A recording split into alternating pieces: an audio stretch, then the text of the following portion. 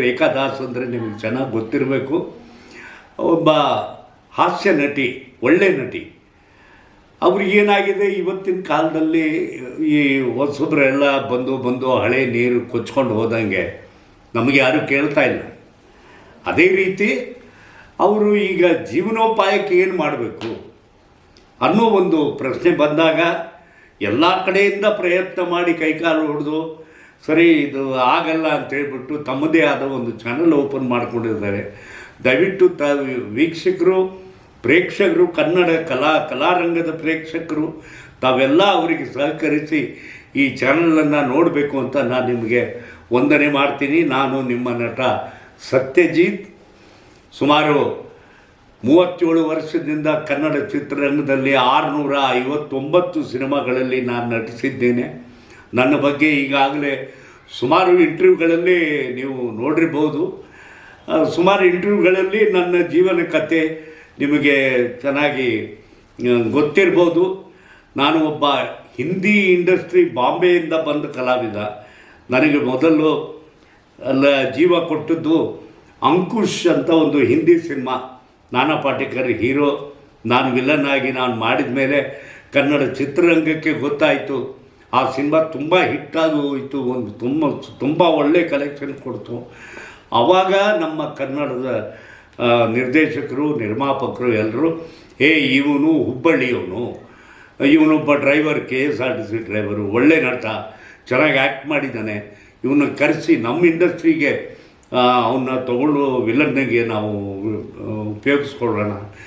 ಈ ಥರ ಮಾತುಗಳು ಬಂದಾಗ ನಾನು ಹಿಂದಿ ಇಂಡಸ್ಟ್ರಿಯಲ್ಲಿ, ಆ ಸಮುದ್ರದಂಥ ಇಂಡಸ್ಟ್ರಿಯಲ್ಲಿ ಬಿದ್ದು ನಾನು ಹೆಸರು ಗಳಿಸೋಕ್ಕಿಂತ ಒಳ್ಳೆಯದು ನನ್ನ ಕನ್ನಡ ಜನ, ನನ್ನ ಕನ್ನಡ ನುಡಿ, ನನ್ನ ಕನ್ನಡ ಭಾಷೆ, ನನ್ನ ಕನ್ನಡದ ಸ್ನೇಹಿತರು, ಅವ್ರ ಜೊತೆಗೆ ಬಾಳೆ ಬದುಕೋಣ.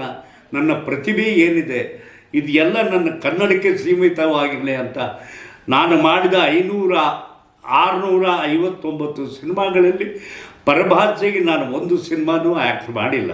ಇದು ರೇಖಾ ಅವ್ರಿಗೆ ಚೆನ್ನಾಗಿ ಗೊತ್ತು. ಈ ಒಂದು ಅಭಿಮಾನ ನಾವು ನೋಡಿ, ಈಗ ಕರ್ನಾಟಕದಲ್ಲಿ ತಾಯಿ ಭುವನೇಶ್ವರಿ, ತಂದೆ ವಿನಾಯಕನ ಆಶೀರ್ವಾದದಿಂದ ನಾವೆಲ್ಲ ಕನ್ನಡಿಗರು ಯಾವ ಜಾತಿ ಯಾವ ಧರ್ಮಕ್ಕೆ ಸೇರಿದರು. ನಾನು ನಿಜವಾಗಿಯೂ ಒಬ್ಬ ಮುಸಲ್ಮಾನ, ನನ್ನ ಹೆಸರು ನಿಜಾಮುದ್ದೀನ್ ಸೈಯದ್. ಆದರೂ ನಾನು ಕನ್ನಡದ ಭೂಮಿಯಲ್ಲಿ ಹುಟ್ಟಿ ಉತ್ತರ ಕರ್ನಾಟಕದಲ್ಲಿ ನಾನು ಚಿತ್ರರಂಗದಲ್ಲಿ ಹೆಸರು ಮಾಡಿ, ನೀವು ನನಗೆ ಇಷ್ಟೊಂದು ಒಂದು ಜರ್ನಿಯಲ್ಲಿ ಇಷ್ಟು ಜೊತೆ ಕೊಟ್ಟು ನಾನು ಮಾಡಿದ ನನ್ನ ನಟನೆಗೆ, ನನ್ನ ಪ್ರತಿಭೆಗೆ ತಾವೆಲ್ಲ ಚಪ್ಪಾಳಿ ತಟ್ಟಿ, ನನ್ನ ಬೆನ್ನು ತಟ್ಟಿ, ತಾವೆಲ್ಲರೂ ಆಶೀರ್ವಾದ ಮಾಡಿ, ಇಷ್ಟೊಂದು 37 ವರ್ಷ ನಾನು ಕನ್ನಡ ಚಿತ್ರರಂಗದಲ್ಲಿ ತಮ್ಮ ಸೇವೆಯಲ್ಲಿದ್ದೀನಿ. ನನಗೆ ಬೆಳೆಸಿದವರು ನೀವು, ನನ್ನ ತಂದೆ ತಾಯಿಗಳು ನೀವು. ನಾನು ದೇವರಿಗಿಂತ ಮುಂಚೆ ನನ್ನ ಪ್ರೇಕ್ಷಕರನ್ನು ನಾನು ಸ್ಮರಣೆ ಮಾಡುತ್ತೇನೆ. ಅದೇ ರೀತಿ ನಾನು ನನ್ನ ಪ್ರೇಕ್ಷಕರ ಜೊತೆಗೇ ನಾನು ಇರಬೇಕು. ನಾನು ಕನ್ನಡಿಗನಾಗೇ ಇರಬೇಕು. ಯಾವ ಥರ ಪರದೇಶವರು I am American, I am South African, I am Arabian, ಈ ಥರ ನಾವು ಐ ಆಮ್ ಕನ್ನಡಿಗ. ನಾನೊಬ್ಬ ಕನ್ನಡದವನು, ಕನ್ನಡಕ್ಕೋಸ್ಕರ ಬಾಳಿದ್ದೀನಿ, ಕನ್ನಡಕ್ಕೋಸ್ಕರ ಮಡಿತೀನಿ. ಅಷ್ಟೇ. ಕನ್ನಡ ತಾಯಿ ನನ್ನ ತಾಯಿ, ಅದರ ಮೇಲಿರೋ ಅಭಿಮಾನಕ್ಕಿಂತ ಜಾಸ್ತಿ ಇನ್ಯಾವುದು ನನಗೆ ಇದರಲ್ಲಿ ಇಲ್ಲ. ರೇಖಾ ಅವರೇ, ಹೇಳಿ, ತಮ್ಮ ಚಾನಲ್ಗೆ ದೇವರು ಒಳ್ಳೇದು ಮಾಡಲಿ, ತಮ್ಮ ಚಾನಲ್ ಯಶಸ್ವಿಯಾಗಿ ಬೆಳೀಲಿ, ಯೂಟ್ಯೂಬಲ್ಲಿ ನಿಮ್ಮ ಒಳ್ಳೆಯ ಹೆಸರಾಗಲಿ, ಮತ್ತೆ ನಿಮಗೆ ಕೈ ತುಂಬ ಕೆಲಸ ಸಿಗಲಿ ಅಂತ ನಾನು ನನ್ನ ಅಲ್ಲನ ಹತ್ರ ಬೇಡ್ಕೊಳ್ತಾ ಇದ್ದೆ. ನಮಸ್ತೆ ಅಣ್ಣ. ನಮಸ್ತೆ. ಚೆನ್ನಾಗಿದ್ದೀರಾ ನೀವು? ಚೆನ್ನಾಗಿದ್ದೀನಮ್ಮ, ಆರೋಗ್ಯ ಚೆನ್ನಾಗಿದೆ. ಬಟ್ ಅದೇ ಕಾಲು ಗ್ಯಾಂಗ್ರೀನ್ ಆಗಿ ತೆಗೆದ್ರಲ್ಲ, ಅವತ್ತಿಂದ 2016 ಜುಲೈಯಲ್ಲಿ ನನಗೆ ಗ್ಯಾಂಗ್ರೀನ್ ಆಗಿದೆ ಅಂತ ಕಾಲು ಆ್ಯಂಪುಟ್ ಮಾಡಿದರು, ತೆಗೆದ್ರು. ಆವತ್ತಿಂದ ನನಗೂ ಇಂಡಸ್ಟ್ರಿಗೂ ಸಂಬಂಧ ಮುರಿದಂಗೆ ಆಯಿತು. ಇಂಡಸ್ಟ್ರಿಯಲ್ಲಿ ನಿಮಗೆ ಗೊತ್ತಿದ್ದಂಗೆ ಕೆಲಸ ಮುಗೀತು, ಮನುಷ್ಯ ಮುಗೀತು. ಯಾವನು ನೀನು ಹೆಂಗಿದೆಯಾ ಅಂತ ಕೇಳಲ್ಲ, ನೀನು ಹೆಂಗೆ ಬದುಕ್ತಾ ಇದೆಯಾ ಅಂತ ಕೇಳಲ್ಲ. ದೊಡ್ಡ ನಟರು ಅಂಬರೀಷು, ವಿಷ್ಣುವರ್ಧನು, ರವಿಚಂದ್ರನು, ನಮ್ಮ ಟೈಗರ್ ಪ್ರಭಾಕರು, ಇವರು ಎಲ್ಲರ ಜೊತೆಗೂ ನಾವು ಸುಮಾರು ಸಿನಿಮಾಗಳು ವಿಲನ್ ಆಗಿ ಆ್ಯಕ್ಟ್ ಮಾಡಿದ್ದೀವಿ. ಬಟ್ ಸಹಾಯಕ್ಕಂತ ಯಾರೂ ನನಗೆ ನಿಲ್ಲಲಿಲ್ಲ. ಈಗಿನ ಹುಡುಗರು ಪಾಪ ನನಗೆ ಆಪ್ರೇಷನ್ ಆದಾಗ ಪುನೀತ್ ರಾಜ್ಕುಮಾರ್ 1 ಲಕ್ಷ ಕೊಟ್ಟರು, ಉಪೇಂದ್ರ 1 ಲಕ್ಷ ಕೊಟ್ಟರು, ಶಿವಣ್ಣ 1 ಲಕ್ಷ ಕೊಟ್ಟರು, ನನಗೆ ಇವೆಲ್ಲ ಸುದೀಪ್ 50,000 ಕೊಟ್ಟರು. ಎಲ್ಲ ಹುಡುಗರು ಸೇರಿಕೊಂಡು ನನಗೆ ಆ ಟೈಮಲ್ಲಿ ಒಂದು ಸ್ವಲ್ಪ ಧನ ಸಹಾಯ ಮಾಡಿ 12 ಲಕ್ಷ ರೂಪಾಯಿ ನನಗೆ ಬಿಲ್ ಆಗಿತ್ತು ನನ್ನ ಕಾಲಿಂದು. ಅದರಲ್ಲಿ ನಾನು ಇದನ್ನೆಲ್ಲ ಅಲ್ಲಿ ಇಲ್ಲಿ ಸ್ವಲ್ಪ ಕೂಡಿಟ್ಟು ಬಂಗಾರ ದುಡ್ಡು ಅದು ಇದು ಎಲ್ಲ ಮಾರಿಕೊಂಡು ನಾನೇನು ಮಾಡಿದೆ, ಬಿಲ್ ಕಟ್ಟಿ ಇವತ್ತಿಗೆ ದೇವರು ಬೇರೆ ಯಾವುದು ನನಗೆ ಕಂಪ್ಲೇಂಟ್ಸ್ ಇಲ್ಲ, ನಾನು ಚೆನ್ನಾಗಿದ್ದೀನಿ. ಅಣ್ಣ ನಿಮ್ಮ ಹುಟ್ಟೂರು ಯಾವುದಣ್ಣ? ಅಮ್ಮ ನಾನು ಹುಬ್ಬಳ್ಳಿಯಲ್ಲಿ ಒಂದು ಆವಾಗ ಗ್ರಾಮ ಇತ್ತು, ಹುಬ್ಬಳ್ಳಿಯಿಂದ ನಾಗಶೆಟ್ಟಿಕೊಪ್ಪ ಅಂತ ಒಂದು ಗ್ರಾಮ. ನಾನು ಚಿಕ್ಕವನಿದ್ದಾಗ ಆ ಗ್ರಾಮಕ್ಕೆ ಕರೆಂಟು ಇರಲಿಲ್ಲ. ನಾವು ಈ ಸೀಮೆ ಎಣ್ಣೆ ದೀಪ ಹಚ್ಕೊಂಡು ಸ್ಕೂಲ್ಗೆ ಓದ್ಕೊಂಡು ಅಲ್ಲೇ ಹುಟ್ಟಿ ಅಲ್ಲಿ ಒಂದು ದೊಡ್ಡದು ಇದ್ದಿದ್ದೆ ದೇವಸ್ಥಾನ, ಆಂಜನೇಯನ ದೇವಸ್ಥಾನ ಅಂತ, ಹನುಮಪ್ಪನ ದೇವಸ್ಥಾನ ಅಂತ. ಆ ದೇವಸ್ಥಾನದಲ್ಲಿ ನಾನು ವಿದ್ಯಾಭ್ಯಾಸ ಶುರುವಾಯಿತು. ಸಂಗಯ್ಯ ಮಾಸ್ತರ್ ಅಂತ ಇದ್ದರು, ಅವರ ಆಶೀರ್ವಾದದಿಂದ ನನಗೆ ಅಕ್ಷರ ಜ್ಞಾನ ಆಯಿತು. ನಾನು ಓದುವರ ನನ್ನ ವಿದ್ಯಾಭ್ಯಾಸ, ನನ್ನ ಪರಿಸರ ಎಲ್ಲ ನಾಗಶೆಟ್ಟಿಕೊಪ್ಪ ಹಳ್ಳಿಯಿಂದನೇ ಶುರುವಾಯಿತು. ಅಲ್ಲಿ ಎಲ್ಲರೂ ಇವತ್ತಿಗೂ ಹೋದರೆ ಭಾಳ ಪ್ರೀತಿ ವಿಶ್ವಾಸದಿಂದ ಮಾತಾಡ್ತಾರೆ. ನಮ್ಮವರು, ನನ್ನ ಜನ. ಅಲ್ಲೇ ಹುಟ್ಟಿ ಅಲ್ಲೇ ಬೆಳೆದೆ. ನಾನು ಒಬ್ಬನೇ ಮಗ. ನನ್ನ ತಂದೆ ತಾಯಿಗೆ ಅಕ್ಕ ತಮ್ಮ ಅಣ್ಣ ತಂಗಿ ಇನ್ನು ಯಾರೂ ಇಲ್ಲ. ಒಬ್ಬನೇ ಮಗ ನಾನು. ನಮ್ಮಮ್ಮ ತುಂಬ ಪ್ರೀತಿಯಿಂದ ನನಗೆ ಸಾಕಿದರು. ಆದಷ್ಟು ತಮ್ಮ ಕೈಯಿಂದ ನನಗೆ ವಿದ್ಯಾಭ್ಯಾಸನ ಕೊಟ್ಟರು. ನಾನು ಬಡತನ, ಭಾಳ ಬಡತನ ಅಂದರೆ ಕಡು ಬಡತನ. ಆ ಬಡತನದಲ್ಲೇ ನಾನು SLCವರೆಗೂ ಕಲಿತೆ. ಅದು ಮುಂದೆ ಕಲಿಯೋಕ್ಕಾಗಲಿಲ್ಲ, ಬಿಟ್ಟೆ. ಇನ್ನೇನಾದರೂ ಕೆಲಸ ಮಾಡಬೇಕು. ತಂದೆಯವ್ರ ಮೈಗೆ ಹುಷಾರಿರಲಿಲ್ಲ. ತಾಯಿ, ನಾವು ಒಬ್ಬನೇ ಮಗ, ತಾಯಿನ ಕಟ್ಕೊಂಡು ಬದುಕಬೇಕು, ಏನಾದರೂ ಕೆಲಸ ಮಾಡಬೇಕು. ಗಾರೆ ಕೆಲಸ ಮಾಡಿದೆ, ರೋಡಲ್ಲಿ ಡಾಂಬರ್ ಹಾಕೋ ಕೆಲಸ ಮಾಡಿದೆ, ಆಟೋ ರಿಕ್ಷಾ ಓಡಿಸ್ದೆ, ಟ್ಯಾಕ್ಸಿ ಓಡಿಸ್ದೆ, ಲಾರಿಗಳು ಓಡಿಸ್ದೆ. ಆಮೇಲೆ ನಾನು KSRTCಯಲ್ಲಿ 1975ರಲ್ಲಿ ನನಗೆ ಅಪಾಯಿಂಟ್ಮೆಂಟ್ ಆಯಿತು ಆ್ಯಸ್ ಎ ಡ್ರೈವರ್. ನಾನು ಡ್ರೈವರ್ ಆಗಿ ಕೆಲಸ ಮಾಡಿಕೊಂಡು ಮಿಕ್ಕಿದ ಟೈಮಲ್ಲಿ ನನ್ನ ಸ್ನೇಹಿತರ ಜೊತೆಗೆ ಸೇರಿಕೊಂಡು ಈ ಆರ್ಕೆಸ್ಟ್ರಾಗಳು, ಆಮೇಲೆ ಈ ಪ್ರೋಗ್ರಾಮ್ಗಳು, ಆಮೇಲೆ ಮಿಮಿಕ್ರೀಸು ಇಂಥವೆಲ್ಲ ಮಾಡ್ತಾ ನನಗೆ ಹವ್ಯಾಸಿ ಕಲಾ ತಂಡ ಒಂದಿತ್ತು. ಅಲ್ಲಿ ಅನಿಲ್ ಠಕ್ಕರ್ ಅಂತ ಹಿಂದಿ ಡ್ರಾಮಾಗಳು ಮಾಡ್ತಿದ್ರು. ಆಮೇಲೆ GH ರಾಘವೇಂದ್ರ ಅಂತ ಕನ್ನಡ ಡ್ರಾಮಾಗಳು ಮಾಡ್ತಿದ್ರು. ಗೋಪಾಲ್ ವಾಜಪೇಯಿ ಅವರಿದ್ದರು, ರವಿ ಬೆಳಗೆರೆ ಇದ್ದರು. ಸಂಯುಕ್ತ ಕರ್ನಾಟಕದಲ್ಲಿ ಬೇಕಾದಷ್ಟು ನನ್ನ ಫ್ರೆಂಡ್ಸ್ ಇದ್ದರು. ನಾವೆಲ್ಲರೂ ಜೊತೆ ಸೇರಿ ಅಲ್ಲಿ ಒಂದೊಂದು ಡ್ರಾಮಾಗಳು ಮಾಡ್ತಿದ್ದೀವಿ. ನಮ್ಮ ಟ್ರೂಪ್ ತೊಗೊಂಡು, ನಮ್ಮ ಡ್ರಾಮಾ ತೊಗೊಂಡು, ಒಂದು ಹಿಂದಿ ಡ್ರಾಮಾ ತೊಗೊಂಡು ನಾವು ಬಾಂಬೆಗೆ ಹೋದಾಗ ಈ ನಾನಾ ಪಾಟೇಕರ್ ಪರಿಚಯ ಆಯಿತು. ಅವನು ಒಂದು ಡ್ರಾಮಾದಲ್ಲಿ ಪಾರ್ಟ್ ಮಾಡ್ತಿದ್ದ. ನಾನು ಪರ್ಫಾರ್ಮೆನ್ಸ್ ನೋಡ್ದೆ, ಚೆನ್ನಾಗಿದೆ. आप आइए, हमारे एक छोटी सी फिल्म बन रही है, एक विलन का कैरेक्टर है, अगर आप कर सकते हैं तो बहुत अच्छा है ಅಂತೇಳಿ ನನಗೆ ಹೇಳಿದರು. ನನ್ನ ಆ್ಯಕ್ಟಿಂಗಿದ ಬಗ್ಗೆ ಪ್ರಶಂಸೆ ಮಾಡಿದರು. ಡೈರೆಕ್ಟ್ರು ಎಸ್ ಅಂತಂದರು. ಆವಾಗ ಆ ಸಿನಿಮಾ ನಾನು ಆ್ಯಕ್ಟ್ ಮಾಡಿದೆ. ಅದಕ್ಕಿಂತ ಮುಂಚೆ ನಾನು ಒಂದು ಮೈಥಾಲಜಿಕಲ್ ಪಿಕ್ಚರಲ್ಲಿ ಹೀರೋ ಅಂತ ಆ್ಯಕ್ಟ್ ಮಾಡಿದೆ. ಶಿಸ್ನಾಳ ಶರೀಫ್ ಸಾಹೇಬ್ರ ಜೀವನ ಚರಿತ್ರೆ ಮೇಲೆ ಅಲ್ಲಾ ನೀನೇ ಈಶ್ವರ್ ಅಂತ ಒಂದು ಮೈಥಾಲಜಿಕಲ್ ಫಿಲ್ಮ್ ಆಯಿತು. ಅದರಲ್ಲಿ ನಾನು ಶರೀಫರ ಪಾತ್ರ ಮಾಡಿದೆ. ಬಟ್ ಅದು ನನಗೆ ಅಷ್ಟೊಂದು ವರ್ಕೌಟ್ ಆಗಲಿಲ್ಲ ಕಮರ್ಷಿಯಲಲ್ಲಿ. ಈಗ ಅದಾದಮೇಲೆ ನೀವು ನೋಡ್ದಂಗೆ ವರ್ಣಚಕ್ರ, ಋಣರಾಗ, ಬಂಧಮುಕ್ತ, ಅಂತಿಮ ತೀರ್ಪು, ನ್ಯಾಯಕ್ಕೆ ಶಿಕ್ಷೆ, ಅತಿರಿತ ಮಾರ್ಥ, ಭೂಮಿ ತಾಯಿಗೆ ಆಣೆ, ತಾಯಿಗೊಬ್ಬ ಕರ್ಣ, ಈ ಥರ ಸುಮಾರು ಸಿನಿಮಾಗಳು, ಹಳೆ ಸಿನಿಮಾಗಳನ್ನೇ ಎಲ್ಲ ಮಾಡಿದ್ವಿ. ಒಳ್ಳೆ ಹೆಸರು ಸಿಕ್ತು, ಒಳ್ಳೆ ವಿಲನ್ನು. ವಜ್ರಮುನಿಯವರು ಫೈಟ್ ಮಾಡದೇ ಇರೋ ಒಂದು ಸ್ಟೇಜಿಗೆ ಬಂದಾಗ ನಾನೊಬ್ಬ ಅವ್ರ ಜಾಗನ ಪೂರ್ತಿ ಮಾಡುವಂಥ ಒಂದು ಅವಕಾಶ ನನಗೆ ಸಿಕ್ತು. ನಾನು ತುಂಬ ಸಂತೋಷದಿಂದ ಹೇಳ್ಕೊತೀನಿ. ವಜ್ರಮುನಿಯವರು ನನಗಿಂತ ಹಿರಿಯರು. ಅವರ ಅವಾರ್ಡು ಮೊನ್ನೆ ನನಗೆ ವಜ್ರಮುನಿಯವರ ಅವಾರ್ಡು ನನಗೆ ಕೊಟ್ಟರು. ಪ್ರಭಾಕರ್ಗೆ ವಿಲನ್ ಬೇಕೇ, ಸತ್ಯಜಿತ್ ಬೇಕು. ಅಂಬರೀಷಿಗೆ ವಿಲನ್ ಬೇಕೇ, ಸತ್ಯಜಿತ್ ಬೇಕು. ರವಿಚಂದ್ರನಿಗೆ ವಿಲನ್ ಬೇಕೇ, ಸತ್ಯಜಿತ್ ಬೇಕು. ವಿಲನ್ ಎಲ್ಲಿ ಫೈಟ್ ಅಂತ ಬರುತ್ತೋ ಅಲ್ಲಿ ನನಗೆ ಇದಾಯಿತು. ನಾನು ಕೆ ಎಸ್ ಆರ್ ಟಿ ಸಿಯಲ್ಲಿ ತಿಂಗಳಿಗೆ ಒಂದು 600-700 ಸಂಬಳ ಬರೋದು. ಆ ಸಂಬಳದಲ್ಲಿ ಏನು ನಾನು ಮನೆ ನಡೆಸೋದು? ಹಿಂಗಾದಾಗ ದೇವರು ನನಗೆ ಒಂದು ಅವಕಾಶ ಕೊಟ್ಟರು. ಆ ತಾಯಿ ಭುವನೇಶ್ವರಿ, ತಾಯಿ ಸರಸ್ವತಿ ನನ್ನ ರಕ್ತದಲ್ಲಿ ಹರಿತಿದ್ಲು. ಅವಳ ಒಂದು ಆಶೀರ್ವಾದದಿಂದ ನನಗೆ ಈ ಸಿನಿಮಾದಲ್ಲಿ ಅವಕಾಶ ಸಿಕ್ತು.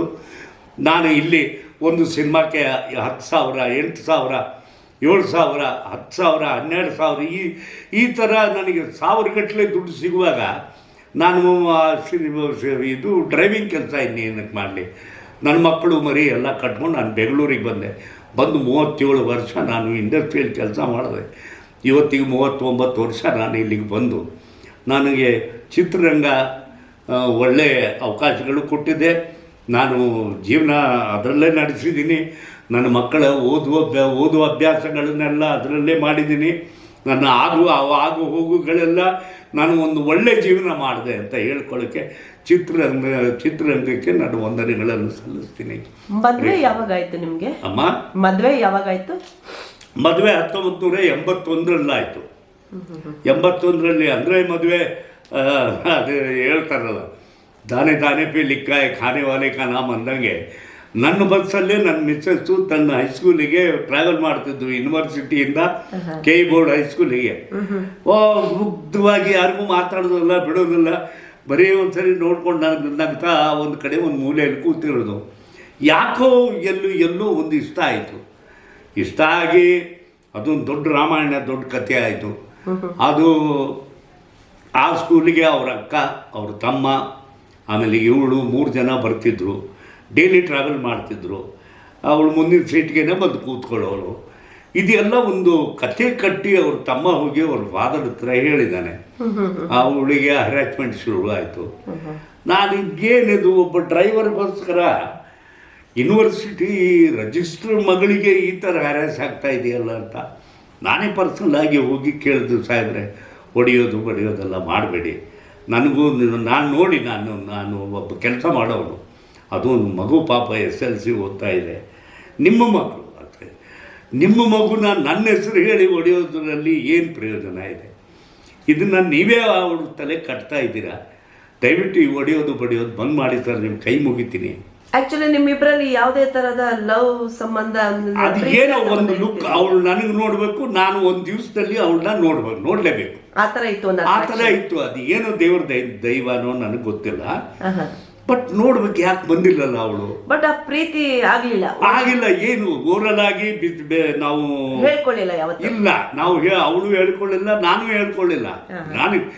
ನಾನೆಲ್ಲಿ ಅವನೆಲ್ಲಿ, ಅವಳು ಅಷ್ಟು ದೊಡ್ಡ ಆಫೀಸರ್ ಮಗಳು, ನಾನು ಹೆಂಗ್ ಹೋಗಿ ಅಂತ ಹೇಳ್ಕೊಳ್ಳೋದಲ್ಲ. ನಿಮ್ಗೆ ಹೆಂಗ್ ಗೊತ್ತಾಯ್ತು ಅವ್ರ ಮನೇಲಿ ಜಗಳ ನಡೀತಿದೆ ನಿಮ್ಮಿಂದ ಅಂತ? ಅವಳೇ ಹೇಳಿದ್ಲು.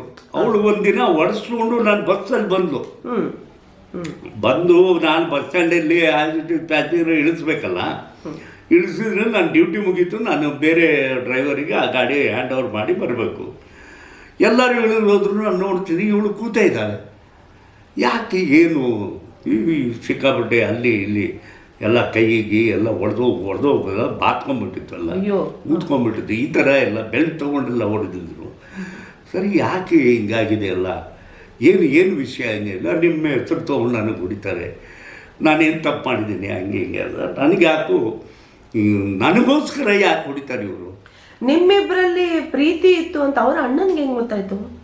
ಇವನು ಕತೆ ಕಟ್ಟಿ ಹೇಳಿದ ಚಿಕ್ಕವನು ಅದೇ ಸ್ಕೂಲಿಗೆ ಬರ್ತಿದ್ನಲ್ಲ, ಅಲ್ಲಿ ಕತೆ ಅವ್ನು ನೋಡಿ ನಗ್ತಾಳೆ. ಅವ್ರು ಮಾತಾಡಕ್ಕೆ ಹೋಗ್ತಾನೆ ಅವನು, ಇವಳು ಮಾತಾಡಲ್ಲ, ಬರೀ ನಗೋದು, ಕಣ್ಣಲ್ಲಿ ನೋಡೋದು, ಇದೇ ನಡೀತಾ ಇದೆ ಇವ್ರದ್ದು. ಇದೆಲ್ಲ ಅವ್ನು ನೋಡಿ ಮನೆಗೆ ಹೋಗಿ ಹೇಳಿ ಕಂಪ್ಲೇಂಟ್ ಮಾಡಿದ ಮೇಲೆ ಇವಳಿಗೆ ಹ್ಯಾರಾಸ್ಮೆಂಟ್ ಶುರು ಆಗಿದೆ. ಸೊ ಆಮೇಲೆ ಒಂದಿನ ನಾನೇ ಹೋಗ್ಬಿಟ್ಟೆ ಸಾಹೇಬ್ರ ಹತ್ರ, ದಯವಿಟ್ಟು ಹೊಡಿಬೇಡಿ ಸರ್. ನನ್ನ ಮಗಳು, ನಾನು ಏನು ಬೇಕಾದ್ರೆ ಮಾಡಿ, ನೀನು ಯಾವನು ಕೇಳೋಕ್ಕೆ, ಹಂಗೆ ಹಿಂಗೆ ಇವೆಲ್ಲ ಕಾಮನ್ ಇದಾಯಿತು. ಆಮೇಲೆ ನಾವು ಆ ಟೈಮಲ್ಲಿ ನನಗೋಸ್ಕರ ಇಷ್ಟು ಯಾತನೆ ಪಡ್ತಾಳಲ್ಲ ಅಂದರೆ ನೋಡಿ ಸರ್, ನೀವು ಸರಿ ಬೇಕಾದ್ರೆ ನಮಗೂ ಹೊಡೀರಿ, ನೀವು 2 ಹೊಯ್ತು, ನಿಮಗೇನು ತಪ್ಪು ಅನಿಸುತ್ತೆ, ಬಟ್ ಈ ಹೊಡೆಯೋದು ಬಡಿಯೋದೆಲ್ಲ ಇಟ್ಕೊಂಡ್ಬಿಡಿ ಸರ್, ಸರಿ ಇರೋಲ್ಲ ಹೇಳ್ಬಿಟ್ಟು ಸ್ವಲ್ಪ ಜೋರಾಗಿ ಆವಾಜ್ ಹಾಕಿ ತಮ್ಮ ಹಾಕಿ ಬಂದ್ವಿ. ಅದು ಮುಂದೆ ಹಂಗೆ ಬೆಳ್ಕೊಂತಾನೆ ಹೋಯಿತು. ಅದು ಹೆಂಗೆ ಹೊಡಿತಾ ಬಂದರು ಹಂಗಂಗೆ ಅವಳು ಅವಳು ಮನಸ್ಸಲ್ಲಿ ನಾನು ಇಲ್ಲಿ ಇವನ ಹತ್ರ ಇದ್ರೇ ಸೇಫ್ ಹಾಂ ಹಾಂ ಅನ್ನೋ ಇದಕ್ಕೆ ಬಂದ್ಬಿಟ್ಲು. 18 ಬೇರೆ ಕಂಪ್ಲೀಟ್ ಆಗಿದ್ದಿಲ್ಲ. ಹಾಂ ಹಾಂ ಹಾಂ ಈ 18 ವರ್ಷ ಆಗೋವರೆಗೂ ನಾವು ದೇವ್ರ ಹತ್ರ ಎಷ್ಟು ಸಾರಿ ಬೇಡ್ಕೊಂಡಿದ್ದೀವಿ, ರೋಜಾ ಮಾಡಿದ್ದೀವಿ ಅವಳಿಗೋಸ್ಕರ. 2 ವರ್ಷ ಗುರುವಾರಕ್ಕೂ ಒಂದು ಸಾರಿ ಆ ಬಾಬಾನ ದರ್ಗಾ ಇದೆ, ಆ ದರ್ಗಾದಲ್ಲಿ ಅವನ ಹೆಸರ ಮೇಲೆ ಉಪವಾಸ ಮಾಡಿದ್ವಿ 2 ವರ್ಷ. ಏನೋ ನಮ್ಮ ಮನಸ್ಸಿಗೆ ನಾನು ಅವಳನ್ನೇ ಮದುವೆ ಆಗಬೇಕು, ನನಗೋಸ್ಕರ ಅವಳು ತೊಂದರೆ ತೊಗೊಂಡು ನಾನು ಅವಳೇ ಮದುವೆ ಆಗಬೇಕು, ನಿನ್ನ ದರ್ಗಾದಲ್ಲೇ ಅದು ನಿಖಾ ಆಗಬೇಕು ಅನ್ನೋ ಒಂದು ಇದಕ್ಕೆ ನಾವು ಆ ಥರ ಇದು ಮಾಡ್ಕೊಂಡು ಬಂದ್ವಿ. ಅದು ಹಂಗೆ ಆಯಿತು. ಅವರು ನಿಮ್ಮ ಕ್ಯಾಸ್ಟೇನಾ? ಇಲ್ಲ, ಅವರು ಲಿಂಗಾಯತರಲ್ವಾ, ಲಿಂಗಾಯತರ ಲಿಂಗಾಯತರವರು, ನಾವು ಮುಸ್ಲಿಮ್ಸ್. ಹಾಂ ಹಾಂ ಸೊ ಹಿಂಗಾಗೇನೆ ಇದು ದೊಡ್ಡ ಇದು ಪ್ರಮಾಣಕ್ಕೆ ಬಂದಿದ್ದು. ಸರಿ. ಇಲ್ಲಾಂದರೆ ಇಷ್ಟೊಂದು ರಬ್ಬ ಆಗ್ತಾ ಇರಲಿಲ್ಲ. ಕೊನೆಗೆ ಆಯಿತು, ಹಂಗೆ ಮಾಡಿ ಮೈನಾರಿಟಿ ಅವರು ಒಂದು ಕಡೆ ಆದರು, ಲಿಂಗಾಯತರು ಒಂದು ಕಡೆ. ಎಲ್ಲಿ ಸಿಕ್ಕಲ್ಲೇ ಹೊಡೀರಿ ಅವನಿಗೆ, ಎಲ್ಲಿ ಸಿಕ್ಕಲ್ಲೇ ಅವನಿಗೆ ಬಿಡಬೇಡಿ ನೀವು, ಆ ಥರ ಈ ಥರ ಪೊಲೀಸರ ಮಧ್ಯೆ ಬಂದರು. ಬಟ್ ಅವ್ರಿಗೂ ಎಲ್ಲ ಒರಿಜಿನ್ ಇದು ಗೊತ್ತಾಯಿತು. ಏನೇನೋ ಕಥೆಗಳು ಕಟ್ಟಿದ್ರು ಅವರು. ಇವನು ಹಿಂಗೆ ಹೇಳಿ ಹುಡುಗಿಯರನ್ನ ತನ್ನ ಜಾಲದಲ್ಲಿ ಹಾಕಿ ಬಾಂಬೆಗೆ ತೊಗೊಂಡೋಗಿ ಮಾರ್ತಾನೆ ಅನ್ನೋ ಮಟ್ಟಕ್ಕೆ ನನಗೆ ಪಟ್ಟ ಕಟ್ಟಿದ್ರು. ಸೊ ಇಷ್ಟೆಲ್ಲ ಆಗಿ ಕೊನೆಗೆ ದೇವರು ಇಚ್ಛೆ, ಅದು ಹೇಳ್ತಾರಲ್ಲ ಮೇಲಿಂದ ಮ್ಯಾರೇಜ್ ಮೇಡ್ ಇನ್ ಹೆವನ್ ಅಂತ. ಸೊ ಆ ಥರ ಆಯಿತು, ಸಕ್ಸಸ್ ಆಯಿತು. ಇದುವರೆಗೂ ನಮ್ಮ ನಮಾಜ್ ಆಗಲಿ, ರೋಜಾ ಆಗಲಿ, ನಾನ್ ವೆಜ್ ಮಾಡೋದಾಗಲಿ, ತಿನ್ನೋದಾಗಲಿ, ತಿನ್ನಿಸೋದಾಗಲಿ, ಅಡುಗೆ ಮಾಡೋದು ಎಲ್ಲನೂ ಪರ್ಫೆಕ್ಟ್ ಆಗಿದ್ದಾಳೆ. ಅಂದರೆ ಅವರು ಮನೆಯಿಂದ ಆಚೆ ಬಂದು ನಿಮ್ಮಿಬ್ಬರು ಮದುವೆ ಆಗಿದ್ದ? ಹಾಂ, ಮನೆಯಿಂದ 18 ಆಗಿ 2 ದಿನ ಆಗಿತ್ತು. ಅವಳು ಬಂದಳು, ನಾವು ಕೋರ್ಟಲ್ಲಿ ಅಫಿಡಿಯೋಟ್ ಮಾಡಿದ್ವಿ. ಅಫಿಡಿಯೋಟ್ ಮಾಡಿ ಕೋರ್ಟ್ ಇದ್ರ ಪ್ರಕಾರ ನಾನು ಈ ಧರ್ಮಕ್ಕೆ ನಾನು ಕನ್ವರ್ಟ್ ಆಗ್ತಾ ಇದ್ದೀನಿ, because of I am getting marriage with Nizamuddin ಅಂತ ಹೇಳಿ. ಸೊ ಆ ಥರ ಇದಾದಮೇಲೆ ನಮಗೆ ಮದುವೆ ಆಯಿತು ಅದೇ ದರ್ಗಾದಲ್ಲಿ. ಇವತ್ತವರೆಗೂ ಪ್ರೀತಿಯಿಂದ ನಿಮ್ಮನ್ನು ಅದೇ ಥರ ನೋಡ್ಕೋತಾ ಇದ್ದಾರೆ. ನಾನು ನೋಡಿದರೆ ಗೊತ್ತಾಯ್ತು ನೋಡಿ, ನನ್ನ ಕಾಲು ತೆಗೆದ ಮೇಲೆ ನನಗೆ ನನ್ನ ರುಟೀನ್ ಡೈಲಿ ಇದು ಏನು, ನನ್ನ ಸ್ನಾನ ಆಗಲಿ, ನಾನು ಬಾತ್ರೂಮ್ಗೆ ಹೋಗೋದಾಗಲಿ, ನಾನು ಊಟ ಮಾಡೋದಾಗಲಿ, ನನಗೆ ಒಳ್ಳೊಳ್ಳೆ ಏನು ಬೇಕು ಅಂತ ಕೇಳಿ ಚೆನ್ನಾಗಿ ನನ್ನ ತಾಯಿಗಿಂತನೂ ಚೆನ್ನಾಗಿ ನೋಡ್ಕೋತಾಳೆ. ನೋಡ್ದ, ಪ್ರೀತಿಸೋದ ಹೆಣ್ಣಲ್ಲ ಅದು. ಅದೇ ಅದೇ ಅದೇ ನಾವು ಅದು ಹೇಳ್ತಾರಲ್ಲ, ನಾವು ಒಬ್ಬರನ್ನ ಪ್ರೀತಿಸೋದಕ್ಕಿಂತ ಮೊದಲು ಅವರು ನಮ್ಮನ್ನ ಪ್ರೀತಿಸ್ತಾರೆ ಅಂಥವ್ರನ್ನ ಮದುವೆ ಆದರೆ ಸುಖ ಜಾಸ್ತಿ ಇರುತ್ತೆ ಅಂಥೇಳಿ, ಪ್ರೀತಿ ವಿಶ್ವಾಸ ಜಾಸ್ತಿ ಇರುತ್ತೆ ಅಂಥೇಳಿ. ಯಾಕೆಂದ್ರೆ ನೀವು ಅಷ್ಟೇ ಅವ್ರಿಗೆ ಆ ಪ್ರೀತಿ ಕೊಟ್ಟಿದ್ಕೇನೆ ಇವತ್ತು ಆ ಗಟ್ಟಿಯಾಗಿ ಇಬ್ರು ಗಂಡ ಹೆಂಡತಿ ಸಕ್ಸಸ್ಫುಲ್ ಮ್ಯಾರೇಜ್ ಆಗಿ ಅದಾಯ್ತು. ಅದಾದಮೇಲೆ 3 ಜನ ಮಕ್ಕಳಾದರು, 2 ಗಂಡು ಮಗ, ಒಂದು ಆಕಾಶ್ ಅಂತ, ಅವನ ಹೆಸರು ನಾಸಿರುದ್ದೀನ್. ಆಕಾಶ್ ಅಂತ ಅವನು ಚಿತ್ರರಂಗದಲ್ಲಿ ಅವನು 2 ಸಿನಿಮಾ ಮಾಡ್ದ, ತಬ್ಬಲಿ ಅಂತ ಮಾಡ್ದ, ಶಂಭೋ ಮಹಾದೇವ ಅಂತೇಳಿ ಒಂದು ಸಿನಿಮಾ ಮಾಡ್ದ. ಇನ್ನು 2 ಸಿನಿಮಾ ಅರ್ಧಕ್ಕೆ ಮಾಡಿ ಅಷ್ಟೇ ನಿಂತ್ಕೊಂಡವೆ. ಅವನಿಗೆ ಎಲ್ಲೂ ಯಾರು ಪ್ಲಾಟ್ಫಾರ್ಮ್ ಕೊಡ್ತಾ ಇಲ್ಲ. ಈಗ ರೇಖಾ ಅವರೇ ನಿಮ್ಮ ಮಗಳು ಹೀರೋಯಿನ್ ಅಂತ ಮಾಡಿದ್ರು, ನಾನೇ ಆ್ಯಕ್ಟ್ ಮಾಡಿದೆ ಅದರಲ್ಲಿ, ಕಟ್ಟೆ ಅಂತ ಒಂದು ಸಿನಿಮಾ. ಅದಾದಮೇಲೆ ಅವಳಿಗೆ ಏನು ಪ್ಲಾಟ್ಫಾರ್ಮ್ ಸಿಕ್ತು? ಯಾಕೆ ಕೊಡೋದಿಲ್ಲ? ಕಲಾವಿದರ ಮಕ್ಕಳಿಗೆ ಯಾಕೆ ಕೊಡೋದಿಲ್ಲ? ಇದುವರೆಗೂ ನನ್ನ ಮಗಳಿಗೇನೆ ಬ್ರೇಕ್ ಕೊಟ್ಟಿಲ್ಲ. ಹಾಂ, ಮತ್ತು ಅದೇ ಹೇಳ್ತೀನಲ್ಲ, ನಾನೊಬ್ಬ ಈಗ 659 ಸಿನಿಮಾ ಮಾಡಿ ನನ್ನ ಮಗನಿಗೆ ಬ್ರೇಕ್ ಕೊಟ್ಟಿಲ್ಲ, ನಿನ್ನ ಮಗಳಿಗೂ ಬ್ರೇಕ್. ಏನಿದು ಶಾಪ ನಮಗೆ ಗೊತ್ತಿಲ್ಲ ಯಾಕೆ? ಹಂಗಮ್ಮ ಹಿಂಗಮ್ಮ, ಒಳ್ಳೆ ಕಲಾವಿದೆ ನೀನು, ಒಳ್ಳೆ ಇದು ನೀನು, ಆಕಾಶದ ಎತ್ತರಕ್ಕೆ ಏರಿಸ್ತಾರೆ. ಬಟ್ ಕೆಲಸ ಆದಮೇಲೆ ಯಾವ ಥರ ಬಿಸಾಕ್ತಾರೆ ಗೊತ್ತಿಲ್ಲ. ಕಾರು ಇರಲ್ಲ ನಾವು ಡ್ರಾಪ್ ಮಾಡೋಕ್ಕಲ್ಲಿ. ನಿಜನೇ. ನಾನು ತುಂಬ ಅನುಭವಿಸ್ಬಿಟ್ಟಿದ್ದೀನಿ ಸಿನಿಮಾ ಇಂಡಸ್ಟ್ರಿಯಲ್ಲಿ, ಯಾಕೋ ಗೊತ್ತಿಲ್ಲ ನೋಡಿ. ಇದುವರೆಗೂ ಕಷ್ಟದಲ್ಲಿದ್ದೀನಲ್ಲ, ಒಬ್ಬರು ನನ್ನ ಹೇಳೋರಿಲ್ಲ. ಅದೇ ಥರನೇ ಅದಕ್ಕೆ ಎಲ್ಲ ನೊಂದು ಬೆಂದು ಮನೇಲಿ ಕೂತಿದ್ದೀವಿ. ಆ ಥರ ನಮ್ಮ ಮಕ್ಕಳಿಗೆ ಬ್ರೇಕ್ ಸಿಗಲಿಲ್ಲ ಅಲ್ಲ. ಬ್ರೇಕ್ ಸಿಗಲಿಲ್ಲ ಅಂತಲೇ ನಾವು ಏನು ಮಾಡಿದ್ವಿ, ಬೇಡಪ್ಪ ಬಿಟ್ಬಿಡು, ಜೀವನಾಂಶ ಹೆಂಗೆ ನಡೆಯುತ್ತೆ. ಸಿನಿಮಾ ನಂಬ್ಕೊಂಡ್ರೆ ಅದು ದೂರಿನ ಬೆಟ್ಟ ನೋಡೋಕ್ಕಷ್ಟೇ ಚಂದ. ಅಲ್ಲಿ ಏನು ತಗ್ಗು ಹಳ್ಳಗಳಿದೆ ಅದು ಅಲ್ಲಿ ಹೋದ್ಮೇಲೆ ಗೊತ್ತಾಗೋದು. ಬಿಟ್ಬಿಡು ಅಂಥೇಳಿ ಬೇರೆ ಅವನು ಒಂದು ಸ್ವಂತ ಬಿಸ್ನೆಸ್ ಏನೋ ಮಾಡಿಕೊಂಡು ಚೆನ್ನಾಗಿದ್ದಾನೀಗ. ಬಟ್ ಏನಂದರೆ, ನಾನು ಕೇಳಿದ್ದೆಲ್ಲ ನನಗೆಲ್ಲ ಹಾಕ್ಕೊಟ್ಟಿದ್ದಾರೆ, ನಾನು ಬಯಸಿದ್ದೆಲ್ಲ ನನಗೆ ಸಿಕ್ಕಿದೆ. ನಾನು ಅವನು ಜೀವನಕ್ಕೆ ನನ್ನ ಇಂಥ ಒಂದು ಕಂಪ್ಲೇಂಟ್ ಇದೆ ಅನ್ನೋ ಥರನೂ ನನ್ನ ಹತ್ರ ಇಲ್ಲ. ಬಟ್ ಒಂದೇನೆಂದರೆ ನನ್ನ ಜೀವನದಲ್ಲಿ ಒಂದು ಘಟನೆ ನಡೀತು. ಅದು ನಡೆಯುತ್ತೆ ಅಂಥೇಳಿ ನಾನೂ ಅಂದ್ಕೊಂಡಿರಲಿಲ್ಲ. ನಾನು ಈ 2 ವರ್ಷದ ಹಿಂದೆ ನನಗಿರೋ ಒಬ್ಬ ಮಗಳಿಗೆ ಅವಳು ಎಜುಕೇಷನಲ್ಲಿ ತುಂಬ ಫಾಸ್ಟಾಗಿದ್ಲು. 98% ಮಾಡಿದ್ಲು. BScಯಲ್ಲಿ 98 ಮಾಡಿದ ಮೇಲೆ ಅವಳಿಗೆ ಪೈಲಟ್ ಆಗೋ ಒಂದು ಕನಸು. ಸರಿ, ಆ ಕನಸನ್ನು ಬಟ್ ಪೈಲಟ್ ಅಂದರೆ ಅದೇನು ಮಾಮೂಲಿ ಇದಲ್ಲ, ಅದಕ್ಕೆ ಅಷ್ಟೊಂದು ಖರ್ಚು ಇದೆ, ಅಷ್ಟೊಂದು ದೂರ ವರ್ಷಾನುಗಟ್ಟಲೆ ಅವಳು ಇರಬೇಕು, ಕಲಿಬೇಕು. ಅದು ಧೈರ್ಯವಾದಂಥ ಒಂದು ಕೆಲಸ. ಯಾಕೆ ಇದು ನಮ್ಮ ಮೈನಾರಿಟಿಯಲ್ಲಿ, ನಮ್ಮ ಮುಸ್ಲಿಂ ಮೈನಾರಿಟಿಯಲ್ಲಿ ಲೇಡಿ ಕ್ಯಾಪ್ಟನ್ ಎನ್ನುವರೆಗೂ ಯಾರೂ ಇಲ್ಲ. ಸೊ ಆ ಒಂದು ಜಾಗನ ಇವಳು ತುಂಬಿಕೊಟ್ಟಿದ್ದಾಳೆ. ಚೆನ್ನಾಗೇ ಇದು ಮಾಡಿದ್ಲು. ನನ್ನ ಭಾಳ ಮುದ್ದಿನ ಮಗಳು, ತುಂಬ ಅಂದರೆ ತುಂಬ. ಇಷ್ಟು ಮಗು ಇದ್ದಾಗಿಂದ ನಾನು ಇವಳು ಹೆಂಗೆ ಬೆಳೆದ್ಲು ಇಷ್ಟೇ ಅಂತ ಅನ್ನೋದೇ ನನಗೊಂಥರ ಕನಸು ಥರ ಆಗೋಯಿತು. ಸೊ ಬೆಳೆದ್ಲು, ಪೈಲಟ್ಟು ಇದಾಯಿತು. 2016ರಲ್ಲಿ ಅವಳಿಗೆ ಜಾಬ್ ಆಯಿತು ಜೆಟ್ ಏರ್ವೇಸಲ್ಲಿ. ಈಗ ಜೆಟ್ ಏರ್ವೇಸ್ ಬಂದಾದಮೇಲೆ ಅವಳು ಇಂಡಿಗೋದಲ್ಲಿ ಕ್ಯಾಪ್ಟನ್ ಆಗಿ ಜಾಬ್ ಮಾಡ್ತಾಯಿದ್ದಾಳೆ. ಅವಳಿಗೊಂದು 3.5-4 ಲಕ್ಷ ರೂಪಾಯಿ ಪೇಮೆಂಟ್ ಇದೆ. ನಾವು ಏನಿದ್ವಿ, ಇನ್ನು ಒಂದು ಮನೆ, 3 ಮಕ್ಕಳು, ಗಂಡ ಹೆಂಡತಿ. ನಮ್ಮ ತಾಯಿ ಅಂತೂ ತೀರೋಗ್ಬಿಟ್ರು. ಸರಿ, ನಮ್ಮ ಎಲ್ಲರ ಜೀವನನೂ ಅವಳು ಹಿಡ್ಕೊಂಡು ಮುಂದೆ ಸಾಗ್ಬೋದು, ನಮಗೂ ಒಂದು ದಾರಿ ತೋರಿಸ್ಬೋದು ಜೀವನದಲ್ಲಿ ಅನ್ನೋದು ಮಹದಾಸೆ, ಒಂದು ದೊಡ್ಡ ಆಸೆ ಇಟ್ಕೊಂಡಿದ್ವಿ. ಬಟ್ ಎಲ್ಲದಕ್ಕೂ ಕಲ್ಲು ಬಿತ್ತು.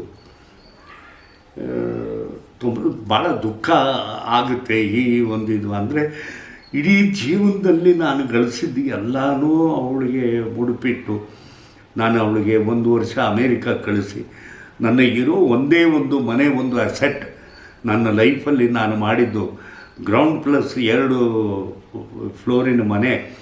ನಾನು ಕೊಲೆಟ್ರಾಲ್ ಸೆಕ್ಯೂರಿಟಿಗಂತ ನಾನು ಬ್ಯಾಂಕ್ ಆಫ್ ಇಂಡಿಯಾದಲ್ಲಿ ಕೊಟ್ಟು ಅವಳಿಗೆ 25 ಲಕ್ಷ ಲೋನ್ ತೆಗೆದು ನಾನು ಅಲ್ಲಿ ಅಮೇರಿಕಾ ಕಳಿಸಿದೆ. ಅಮೇರಿಕಾ ಕಳಿಸಿದ ಮೇಲೆ ಈ ಬ್ಯಾಂಕಿನ ಕಂತು ಅವರು ರಿಲೀಸ್ ಮಾಡೋರು ಮೇಲ್ಗಡೆ ಡಾಲರ್ ರೇಟಿಗೇನು ವೇರಿಯೇಷನ್ ಆಗಿ ಅದು ನಾನು ಕೈಯಿಂದ ಕಟ್ಟಬೇಕು. ಅವಾಗ ಓಡಾಡಿಕೊಂಡು ಅವ್ರ ಹತ್ರ ಇವ್ರ ಹತ್ರ ನಾನು ಬಡ್ಡಿಗೆ 8% 7% ಸಾಲ ಇಸ್ಕೊಂಡ್ಬಂದು ಹಾಕಿದೆ. ಅದು ಬಡ್ಡಿ ಕಟ್ಕೊತಾನೇ ಇದ್ದೆ. ಇದು ಸರಾಗವಾಗಿ ನಡೀತು. 2016ರಲ್ಲಿ ಇವಳಿಗೆ ಇಂಟರ್ವ್ಯೂ ಪಾಸ್ ಆಯಿತು. ನನಗೂ ಕಾಲು ಕಟ್ಟಾಯಿತು. ಇನ್ನು ನನಗೇನು ಭಯ ಇಲ್ಲ. ಅರ್ಧ ನೋವು ಅಂತೂ ನಾನು ಅದರಲ್ಲೇ ಕಳ್ಕೊಂಡ್ಬಿಟ್ಟೆ. ನನ್ನ ಮಗಳಿದ್ದಾಳೆ, ನನ್ನ ಹೆಂಗಾದರೂ ನೋಡ್ಕೋತಾಳೆ, ನನ್ನ ಮನೆ ನೋಡ್ಕೋತಾಳೆ, ಎಲ್ಲನೂ ಭಾಳ ಸರಾಗವಾಗಿ ನಡೆಯುತ್ತೆ ಎಲ್ಲನ ಕೃಪೆಯಿಂದ ಅಂತ ನಾನು ಅಂದ್ಕೊಂಡೆ. ಬಟ್ ಆ ಥರ ಅದು ಆಗಲಿಲ್ಲ. ಅವಳು ಒಂದಿನ ದಿಢೀರಂತ ಒಬ್ಬ ಯಾವನೋ ತೌಸಿಫ್ ಖಾನ್ ಅಂತ ಒಬ್ಬನ ಕರ್ಕೊಂಬಂದ. ಆ ಹುಡುಗ ಹೆಂಗೆ ಹುಡುಗ ಬಂದ ಜೊತೆಗೆ ಏನೇನು ಹಿಂಗೆ ನಾವಿಬ್ಬರು ಫ್ರೆಂಡ್ಸು, ಇವರು ಆರ್ಕಿಟೆಕ್ಟ್ ಇದ್ದಾರೆ ಅಂತಂದ್ಲು. ಇನ್ನೇನು ನಾನು ಇಷ್ಟಪಡ್ತೀನಿ, ನಾನು ಮದುವೆ ಆಗಬೇಕಂತ ಇದ್ದೀನಿ, ಇದೆಲ್ಲ ಹೇಳಿದ್ಲು ಮುಂದೆ. ನಾವು ಇನ್ನೇನು ಅವ್ನ ಸರ್ಟಿಫಿಕೇಟ್ ನೋಡೋಕ್ಕಾಗುತ್ತಾ, ಅವ್ನ ಸರ್ವಿಸ್ ನೋಡೋಕ್ಕಾಗುತ್ತಾ, ಅವನು ಏನು ಇನ್ಕಮ್ ಟ್ಯಾಕ್ಸ್ ಕಟ್ತಾನೆ ಅದನ್ನು ನಾವು ಚೆಕ್ ಮಾಡೋಕ್ಕಾಗುತ್ತೆ. ಅದೇನು ಒಂದೇ ಜಾತಿ ಒಂದೇ ಧರ್ಮದವರು ನಾವೆಲ್ಲ, ಏನೋ ಒಂದು ಹುಡುಗ ಇಷ್ಟಪಟ್ಟಿದ್ದಾಳೆ ಅಂತ ನಾವು ಆಮೇಲೆ ಅವ್ರ ತಾಯಿನ ಕರೆದ್ವಿ, ಮಾತಾಡಿಸಿದ್ವಿ ಎಲ್ಲ. ಏನೇನೋ ಅವರು ಇದು ಅವನು ಏನು ತನ್ನ ಗಳಿಕೆ ಏನು, ತನ್ನ ಡಿಗ್ರಿ ಏನು ಅನ್ನೋದನ್ನು ಅವನು ಓಪನ್ ಮಾಡಲೇ ಇಲ್ಲ, ಅದು ಹೇಳಲೇ ಇಲ್ಲ. ಅವನೇನು ಮಾಡಿದ್ದಾನೆ, ಸುಮಾರು 2 ವರ್ಷದಿಂದ ಇವಳಿಗೆ ಅವನು ಟ್ಯೂನ್ ಮಾಡ್ತಾನೇ ಇದ್ದಾನೆ. ಹೊರಗಿಂದವರೆಗೆ ಇವರೆಲ್ಲ ಸೆಟ್ ಮಾಡಿಕೊಂಡ್ರು. ಅವ್ರು ಯಾವ ಮಟ್ಟಕ್ಕೆ ಬಂದಿದ್ರು ಅಂದರೆ, ಮದುವೆಗೆ ಒಪ್ಪಿಗೆ ಕೊಟ್ಟರೆ ಓಕೆ, ಇಲ್ಲ ಅಂದರೆ ಕೋರ್ಟ್ ಮ್ಯಾರೇಜ್ ಮಾಡ್ಕೋತೀವಿ ಅನ್ನೋ ಲೆಕ್ಕಕ್ಕಿದ್ರು. ಇನ್ನು ಮೇಜರ್ ಹುಡುಗಿ, ನಮ್ಮ ಮನೆಗೂ ಒಂದು ಅನುಕೂಲವಾದ ನನ್ನ ಪರಿಸ್ಥಿತಿಯನ್ನು ನೋಡ್ಕೊಂಡು ಹೋಗುವಂಥ ಹುಡುಗಿ, ಜವಾಬ್ದಾರಿ ಹೊತ್ತು ಹುಡುಗಿ, ಹಿಂಗೆ ಮಾಡೋಕ್ಕಿಲ್ಲ ಅಂತ ನಾನು ಅಂದ್ಕೊಂಡೆ. ಬಟ್ ಅವಳು ಅವನ್ನ ಕರ್ಕೊಂಬಂದು ಅವನಿಗೆ ಮದುವೆನೂ ಯಾವ ವಿಜೃಂಭಣೆಯಾಗಿ ಮಾಡಿಕೊಟ್ಟು ಒಂದು 7-8 ಲಕ್ಷ ರೂಪಾಯಿ ಖರ್ಚು ಮಾಡಿ ಮದುವೆ ಮಾಡಿದೆ. ಚೆನ್ನಾಗೇ ಇದ್ದರು. ಒಂದೇ ವರ್ಷ, 1.5-2 ವರ್ಷದ ಒಳಗೆ ಅವನು ಮೆಲ್ಲಿಗೆ ಇವಳಿಗೆ ಟ್ಯೂನ್ ಮಾಡಿ ಹಂಗೆ ಬೇಬಿ, ಹಿಂಗೆ ಬೇಬಿ, ಅದು ಬೇಬಿ, ಇದು ಬೇಬಿ ಅಂತ ಬೇಬಿನ ಇದು ಮಾಡಿ ಎಲ್ಲ ಲೋನಿಗೂ ಅವಳಿಗೆ ಕಮಿಟ್ ಮಾಡಿಸ್ಬಿಟ್ಟ. ಕಾರ್ ಲೋನಿಗೆ ಕಮಿಟ್ ಮಾಡಿಸಿದ, ಪರ್ಸನಲ್ ಲೋನಿಗೆ ಕಮಿಟ್ ಮಾಡಿಸಿದ, ಆಮೇಲೆ ಕ್ರೆಡಿಟ್ ಕಾರ್ಡ್ಗೆ ಕಮಿಟ್ ಮಾಡಿಸಿದ. ಸೈಟ್ ತೊಗೊಂಡಿನಿ ಅಂತ ಆ ಸೈಟಿಗೆ ಒಂದು ಲೋನಲ್ಲಿ ಏಳು ಪೇಮೆಂಟಲ್ಲಿ ಕಮಿಟ್ ಮಾಡಿಸ್ದ. ಇಲ್ಲಾಂದರೆ ಇವನಿಗೆ ಯಾರು ಕೊಡ್ತಾರೆ ಲೋನ್? ಇವನು ಕ್ಯಾಪಬಲೇ ಇಲ್ಲ ಲೋನ್ ಬಿಟ್ಟು. ಇವನಿಗೆ ಏನೂ ಅಲ್ವೇ ಅಲ್ಲ, ಇವನು ಕಮಾಯಿನೇ ಇಲ್ಲ. ಇರೋದು ಅದು ಇನ್ನು ಅವಳು ಕಾರ್ ತೊಗೊಳ್ಳೋದು, ಸ್ಕ್ರ್ಯಾಚ್ ಮಾಡೋದು, ಚೈನಿ ಮಾಡೋದು, ಮಜಾ ಮಾಡೋದು, ಇಂಥ ಒಂದು ಇದು. ಇವನು ಯಾವ ಮಟ್ಟಕ್ಕೆ ಗಂಡಸು ಅನ್ನೋ ಹೇಳ್ಕೊಳ್ಳೋದು ನನ್ನ ಬಾಯಿಗಂತೂ ಶಬ್ದ ಬರಲ್ಲ. ಇವನೊಬ್ಬ ನಪುಂಸಕ, ಇವನು ಗಾಂಡು ನನ್ನ ಮಗ. ಇವನು ಅವಳ ತಲೆ ತಿರುಗಿಸಿ ಎಲ್ಲಿವರೆಗೂ ತಿರುಗಿಸಿಟ್ಬಿಟ್ಟ ಅಂದರೆ, ತಂದೆ ತಾಯಿ ಮನೆ, ಆ ಮನೆಗೆ ಬಾಡಿಗೆ ನಾವ್ಯಾಕೆ ಕಟ್ಟಬೇಕು? ಅವ್ರ ಮನೆಗೆ ಅವ್ರ ರೇಷನಿಗೆ ದುಡ್ಡು ನಾವ್ಯಾಕೆ ಕೊಡಬೇಕು? ಅವ್ರ ಮನೆ ಖರ್ಚು ನಾವ್ಯಾಕೆ ನೋಡ್ಕೋಬೇಕು? ಹೀಗಾಗಿ ಅವಳನ್ನ ಸಪ್ರೇಷನ್ ಮಾಡಿ ತಂದೆ ತಾಯಿಗಿಂತಲೂ ದೂರ ತೊಗೊಂಡೋಗ್ಬಿಟ್ಟ. ಇವಳು ಅದೇ ಒಂದು ಅಲೆಯಲ್ಲಿ ಇವಳು ಅವನ ಜೊತೆಗೆ ಹಾಗೆ ಕೇಳ್ಕೊಂಡು ಹೋಗ್ಬಿಟ್ಲು. ಈಗ ಒಂದು ಫೈನ್ ಡೇ ಇಲ್ಲಿ ಮನೆಗೆ ಬಂದು, ನಿಮಗೂ ನಮಗೆ ಸಂಬಂಧ ಇಲ್ಲ, ನಿಮ್ಮ ಸಾಲಕ್ಕೂ ನಮಗೂ ಸಂಬಂಧ ಇಲ್ಲ, ನಾನು ನಂದೇನಿದೆ ನನ್ನ ಲೈಫ್ ನಾನು ನೋಡ್ಕೋತೀನಿ, ನಿಮ್ಮ ಲೈಫ್ ನೀವು ನೋಡ್ಕೊಳ್ಳಿ ಅಂತ ಬಿಟ್ಟು ಹೋಗ್ಬಿಟ್ಲು. ತುಂಬ ನೋವಾಗಿದೆ. ಪ್ರೇಕ್ಷಕರಿಗೆ ಒಂದು ಮಾತು ಹೇಳ್ತೀನಿ, ಹುಟ್ತೀವಿ, ಬಾಲ್ಯ, ಯೌವನ ಎಲ್ಲರಿಗೂ ಬರುತ್ತೆ. ಯೌವನದಲ್ಲಿ ಯಾವ ಹೆಣ್ಣು ತನ್ನ ಕಂಟ್ರೋಲಲ್ಲಿ ತನ್ನ ಜ್ಞಾನ ಶಕ್ತಿಯನ್ನು ಕರೆಕ್ಟಾಗಿ ಇಟ್ಕೊಂಡು ನಡೀತಾಳೋ ಅವಳಿಗೆ ಜೀವನ ಸರಿಯಾಗಿ ನಡೆಯೋದು. ಅಲೆಯಲ್ಲಿ ತೇಳ್ಕೊಂಡು ಹೋಗೋರಿಗೆ ಏನಂತ ಮಾತಾಡೋಕ್ಕಾಗತ್ತೆ? ಯೌವನ ಬರುತ್ತೆ ಅಂತೇಳಿ ನಾವು ಎಲ್ಲಿ ಬೇಕಲ್ಲಿ ನಮ್ಮ ಇದು ಮಾಡಿದರೆ ಯೌವನಕ್ಕೆ ಬೆಲೆ ಏನಿದೆ? ಅಲ್ಲ, ನೀವು ಯಾವ ಮಗಳಿಗೋಸ್ಕರ ಇದ್ದಿದ್ದು ಒಂದು ಮಗಳಿಗೋಸ್ಕರ ಮನೇನ ಮಾರಿ ಅವ್ರ ಸ್ಟಡೀಸ್ಗೋಸ್ಕರ ಅಷ್ಟೊಂದು ದುಡ್ಡೆಲ್ಲ ಖರ್ಚು ಮಾಡಿ, ಇವತ್ತಿಲ್ಲ ನಾಳೆ ಆ ಮಗಳು ನಮ್ಗೆ ಆಸರೆ ಆಗ್ತಾಳೆ ಎಲ್ಲೋ ಒಂದು ಚಿಕ್ಕ ಆಸೆ ಇಟ್ಕೊಂಡಿದ್ರಿ. ಚಿಕ್ಕ ಆಸೆ ಅಲ್ಲಮ್ಮ, ಅದು ದೊಡ್ಡ ಆಸೆ. ಅದು ಯಾವ ಥರ ಆಸೆ ಅಂದರೆ, ನನ್ನ ಮುಪ್ಪಿನ ಕಾಲದಲ್ಲಿ ನನಗೆ ಈ ಆಪರೇಷನ್ ಆದಮೇಲೆ ನನ್ನ ಎಲ್ಲ ಹೋಗುಗಳು, ನನ್ನ ಮನೆ, ನನ್ನ ಉಪಜೀವನ, ನನ್ನ ಮೆಡಿಸಿನು, ನನ್ನ ಔಷಧಿ, ನನಗೆ ಎಲ್ಲ ಥರದಿಂದಲೂ ಸಹಾಯ ಆಗ್ತಾಳೆ ಅಂತ ಅಂದ್ಕೊಂಡೆ. ಬಟ್ ಈ ಥರ ನನ್ನ ಬಿಟ್ಟು ಹೋಗ್ತಾಳೆ ಅಂತ ನಾನು ದೇವರಿಗೆ, ಪ್ರೇಕ್ಷಕರಿಗೆ ಒಂದು ಮಾತು ಕೇಳ್ತೀನಿ, ನೀವು ಹುಷಾರಾಗಿರಿ. ಯೌವನಕ್ಕೆ ಬಂದು ಹುಡುಗಿಯರು ಇರ್ತಾರೆ, ವಯಸ್ಸಿಗೆ ಬಂದವರು ಇರ್ತಾರೆ, ಅವ್ರು ಕಲಿಸಿ ಓದಿಸಿ ಮಾಡಲ್ಲ. ಸಂಸ್ಕೃತಿ ಏನು ಅನ್ನೋದು ಅವರ ಒಂದು ಜ್ಞಾನದಲ್ಲಿರಲಿ, ಅವ್ರ ತಲೆಯಲ್ಲಿರಲಿ. ಅದು ಹೇಗಿರುತ್ತೆ ಅಂದರೆ, ಯಾವ ಅಲೆ ಯಾವ ಥರ ಕೊಚ್ಕೊಂಡು ಹೋಗುತ್ತೆ ಅಂತ ಹೇಳೋಕ್ಕಾಗಲ್ಲ. ಇಂಥ ಜನ ಇರ್ತಾರೆ, ನೋಡ್ತಾರೆ, ದೊಡ್ಡ ಹೆಣ್ಮಗಳು ಅಂಥ ಒಂದು ಕೆಲಸದೋಳು, 3.5-4 ಲಕ್ಷ ರೂಪಾಯಿ ಸಂಬಳದವು, ಇವಳಿಗೇನೋ ಒಂದು ಟ್ಯೂನ್ ಮಾಡೋಣ, ನಮ್ಮ ಲೈಫು ಚೆನ್ನಾಗಿರುತ್ತೆ. ಅವರು ಇದರಲ್ಲಿ ಬದುಕೋ ಈ ಗಾಡು ನನ್ನ ಮಕ್ಕಳು ಇಂಥವ್ರು ಇರ್ತಾರೆ. ದಯವಿಟ್ಟು ಅಂಥವ್ರ ಸಹವಾಸ ನಮ್ಮ ಪ್ರೇಕ್ಷಕರು ಯಾವ ಇದಕ್ಕೂ ಇಂಥ ಒಂದು ಅನ್ಯಾಯ ನಡಿಬಾರ್ದು. ಆಮೇಲೆ ಹೆಣ್ಮಕ್ಳಿಗೂ ಕೇಳ್ಕೊತೀನಿ, PUC first year, second year ಇವೆಲ್ಲ ಭಾಳ ಡೇಂಜರ್ ವರ್ಷಗಳು. ಈ ವಯಸ್ಸೇ ಒಂಥರ ಡೇಂಜರ್.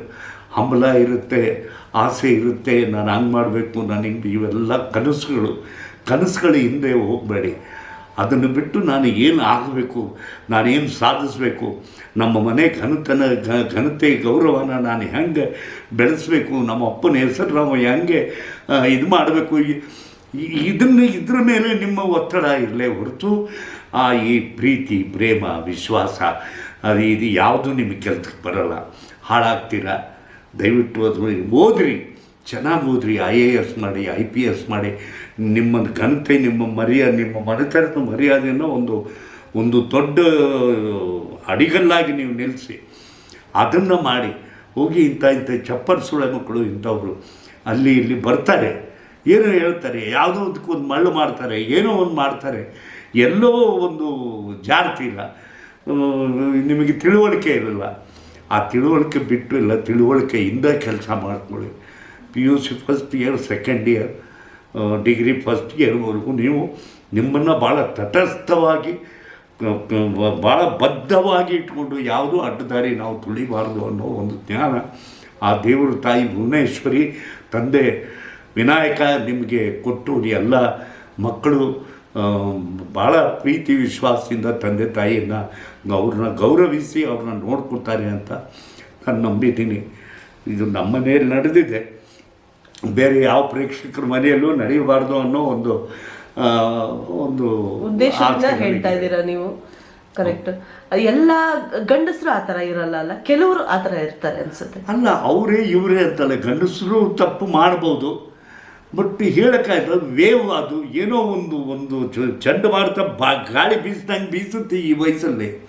ಮಕ್ಕಳು ತನ್ನ ಸಂತೋಲನ ಕಳ್ಕೋತಾರೆ, ಕೆಲವೊಂದು ಒಳ್ಳೆಯದಾಗಿ ಕೆಲವೊಂದು ಕೆಟ್ಟದಾಗುತ್ತದೆ. ನೋಡಿ, ಪ್ರೀತಿ ಮಾಡೋದು ಮದುವೆ ಆಗೋದು ಇವೆಲ್ಲ ತಪ್ಪು ಅಂತ ನಾನು ಹೇಳಲ್ಲ, ಬಟ್ ಅದನ್ನು ನಿಭಾಯಿಸ್ಕೊಂಡು ಹೋಗೋ ಗಂಡಸೇನಿದಾನಲ್ಲ ಅವನು ಪರ್ಫೆಕ್ಟ್ ಆಗಿರಬೇಕು. ನಾನು ಪ್ರೀತಿ ಮಾಡಿದೆ, ಇವತ್ತು 68 ನನಗೆ ವಯಸ್ಸು, 68 ನನಗೆ ವಯಸ್ಸು, 57 ನನ್ನ ಮಿಸ್ಸಸ್ಗೆ ವಯಸ್ಸು, 3 ಮಕ್ಕಳು ಮದುವೆ ಆಗಿದೆ, ಮೊಮ್ಮಕ್ಕಳು ನೋಡೋ ಸಮಯ ಇದು. ಇಲ್ಲಿವರೆಗೂ ನಾವು ಬಂದಿದ್ವಿ, ಅದನ್ನು ಮಾಡಿಸ್ಕೊಂಡೇ ಬಂದಿವಿ ತಾನೆ, ಗಟ್ಟಿಯಾಗಿ ಗಳಿಸ್ಕೊಂಡೇ ಬಂದಿವಿ ತಾನೆ. ಇದರಲ್ಲಿ ತಪ್ಪೇನೂ ಇಲ್ಲ. ಒಂದೇನಂದರೆ ಕಾಲು ಜಾರೋ ಟೈಮ್ ಇದು PUC first year, second year, degree first year, ಇವೆಲ್ಲ ಕಾಲು ಜಾರಿ ಬೀಳೋ ಟೈಮ್ ಇವಲ್ಲ. ಈ ಟೈಮಲ್ಲಿ ಕೆಲವರು ಹುಡುಗರು ಆ ಥರ ಹೆಣ್ಮಕ್ಳು ತಲೆ ಕೆಡಿಸ್ತಾರೆ. ಎಲ್ಲ ಹುಡುಗರು ಆ ಥರ ಇರಲ್ಲ, ಕೆಲವರು ಆ ಥರ ಅಂದರೆ ಅವನು ಟೋಟ್ಲಿ ಯಾವುದಕ್ಕೂ ನಾನು ಕೆಪಬಲ್ ಅಲ್ಲ ಅಂತ ಗೊತ್ತಿರುತ್ತೆ ಅವನಿಗೆ. ಯಾರಿಂದ ನಾನು ಲೈಫ್ ಪಡ್ಕೋಬೇಕು ಅದನ್ನ ಇಟ್ಕೋಬೇಕು ಅಂತ ಒಳ್ಳೆ ಹುಡುಗಿನ, ಒಳ್ಳೆ ಮನೆತನದ ಹುಡುಗಿನ, ಒಳ್ಳೆ ಸಂಪಾದನೆ ಮಾಡ್ತಾರೆ ಹುಡುಗಿನೇ ಹುಡುಕ್ತಾರೆ. ಹುಡುಕಿ ಅವರು ಮೆಂಟಲಿ ಅವರು ಇದನ್ನು ಚೇಂಜ್ ಮಾಡ್ತಾರೆ. ಹೌದು. ಅವ್ರ ಮನೆಯಲ್ಲಿ ಒಂದು ನಾಯಿ ಸಾಕಿದ್ದಾರೆ, ಅದು 32,000 ಒಂದು ತಿಂಗಳಿಗೆ ತಿಂತದಂತ. ನಿಮ್ಮ ಮಗಳ ಮನೆ? ನಮ್ಮ ಮಗಳ ಮನೆಯಲ್ಲಿ 32,000. ಅದೇ ಆ ದುಡ್ಡಿನ ನನ್ನ ಫ್ಯಾಮಿಲಿಗೆ ಮೇಂಟೈನ್ ಆಗುತ್ತಲ್ಲ. ತಂದೆ ತಾಯಿಗಿಂತನೂ ಆ ನಾಯಿ ದೊಡ್ಡದಾಯ್ತ ನಿನಗೆ. ಅದೇ ಗಂಡನ ಮಾತಿ ಕೇಳಿ ತಾಯಿ ತಂದೆಯನ್ನು ಬಿಟ್ಟು ದೂರ ಹೋಗಿ ಆರಾಮಾಗಿದ್ದಾಳೆ ಅವಳು. ನಾನು ಇದುವರೆಗೂ ಕೇಳ್ಪಟ್ಟಿದ್ದಣ, ಗಂಡು ಮಕ್ಕಳು ಈ ಥರ ತಾಯಿ ತಂದೆನ ಬಿಟ್ಟು ದೂರ ಹೋಗಿದ್ದಾರೆ. ನಾನು ಎಷ್ಟೊಂದು ಇಂಟರ್ವ್ಯೂಗಳು ಮಾಡಿದ್ದೀನಿ, ಆಶ್ರಮದವ್ರದ್ದು ಅಷ್ಟೇ. ಎಷ್ಟೋ ಜನ ಹೇಳಿದ್ದಾರೆ, ನನ್ನ ಮಗ ನನಗೆ ಆಶ್ರಮದಲ್ಲಿ ಬಿಟ್ಟೋದ. ನಾನು ಯಾವತ್ತೂ ಒಂದು ಹೆಣ್ಣು ಮಗಳ ಬಗ್ಗೆ ನಾನು ಈ ಥರ ಕೇಳಿರಲಿಲ್ಲ. ರೇಖಾ, ಇದು ನಡೆದಿರೋದು ನಿಮ್ಮ ಅಣ್ಣನ ಮನೆಯಲ್ಲಿ ನಡೆದಿರುವಂಥ ವಿಷಯ.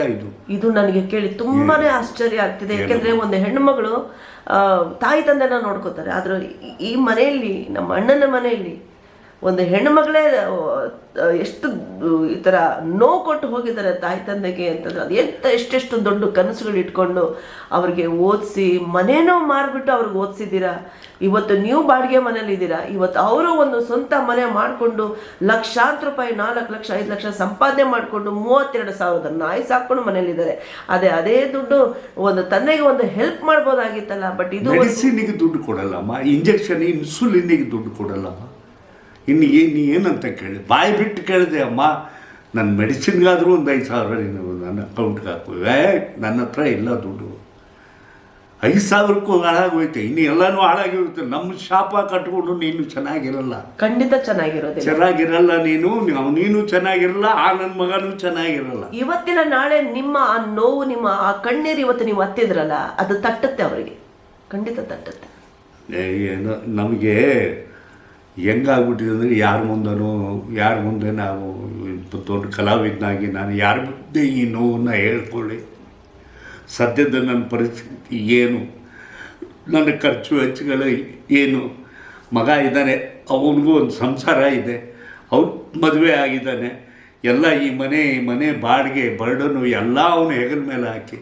ಎರಡನೇ ಮಗನ ಮೂರನೇ ಮಗನ? ಮೊದಲನೇ ಮಗ, ದೊಡ್ಡ ಮಗ. ಆದ್ಮೇಲೆ ಇವಳು, ಇದಾದ್ಮೇಲೆ ಒಬ್ಬ ಚಿಕ್ಕವನಿದ್ದಾನೆ. ಅವನಂತೂ ಈ 2 ಗಂಡು ಮಕ್ಕಳು ನಿಮ್ಮನ್ನ ಯಾವ ರೀತಿ ನೋಡ್ಕೋತಾ ಇದ್ದಾರೆ?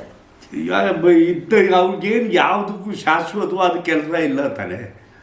ಇವ್ರ ಬಿಸ್ನೆಸ್ಸಲ್ಲಿ ನಡೆದ್ರೆ ಮಾತ್ರ ನಡೆಯುತ್ತೆ. ಇಲ್ಲ ಈಗ ಈ ಕೊರೋನಾ ಅಂತೆ ಅದಂತೆ ವರ್ಕರ್ಸ್ಗಳು ಪ್ರಾಬ್ಲಮ್ಮು ಏನಮ್ಮ.